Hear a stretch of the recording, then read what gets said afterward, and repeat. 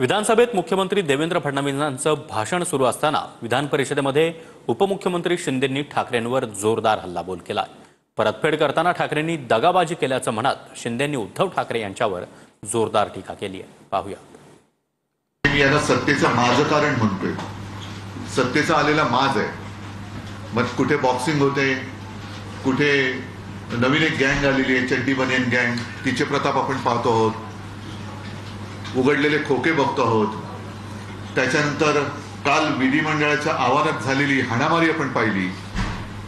एकूणच संपूर्ण देशात महाराष्ट्राला शर्मेने मान खाली घालावी लागेल अशी ही काही दिवसातली मालिका होती घटनांची। केंद्रीय मंत्री नारायण राणेंना भरल्या ताटावरून कोणी उठवलं? कोणी उठवलं? सत्तेचा माग तेव्हा दाखवला नाही। आमची लाच तुम्ही काढता। बाळासाहेबांचा मतदानाचा अधिकार काढून घेणाऱ्या आणि सावरकरांचा अपमान करणाऱ्या काँग्रेसच्या मांडीला आणि तिथं तेव्हा लाज वाटली नाही का? आम्ही बोलू शकत नाही? आम्ही बोलू शकत नाही? तुम्हालाच बोलायला येतं। देवेंद्रजींच्या पाठीत खंजीर देखील खुपसला हे देखील या ठिकाणी मी सांगतो। निकालानंतर सभापती महोदय, आम्ही सगळे साक्षीदार आहोत।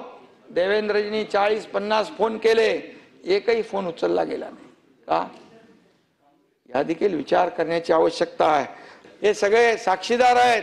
मिलिंद नार्वेकर इथं बसलेले आहेत। देवेंद्र फडणवीसांनी झालेलं महापौर पद त्यांना मिळालेलं, त्यांना मी सांगितलं तुम्ही हे महापौर पद सोडा, शिवसेनेला द्या। देवेंद्रजींनी म्हणाले मला अर्धा तास विचार करायला द्या आणि अर्धा तासात त्यांनी प्रेस कॉन्फरन्स घेतली आणि महापौर पद शिवसेनेला देऊन टाकलं। तर काय केलं?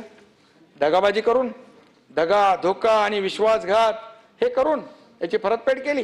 त्या ठिकाणी देवेंद्रजींनी नेहमी कृतज्ञता दाखवली, परंतु कृतज्ञपणा कोणी दाखवला हे देखील महाराष्ट्राच्या जनतेला माहीत आहे। गुवाहाटीला गेल्यानंतर तिथे देखील आम्हाला फोन यायचे, निरोप यायचे आणि दुसरीकडून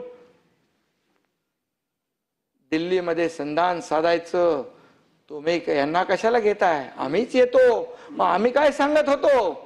आम्ही सांगत होतो तेच, शिवसेना आणि भाजप बरोबर युती करा, गठबंधन करा, हा आपला वैचारिक पक्ष आहे, एका विचाराचा पक्ष आहे। गद्दारी आम्ही नाही केली।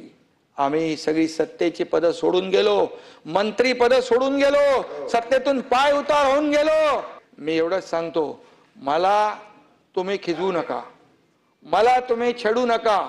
मी कोणाला छेडत नाही, मला छेडलं तर मी सोडत नाही। जरा संभल कर करिए, जरा संभल कर करिए, औरों से हमारी बुराई, जरा संभल कर करिए औरों से हमारी बुराई। आप जिन्हें जाकर बताते हैं वही हमें आकर बताते हैं।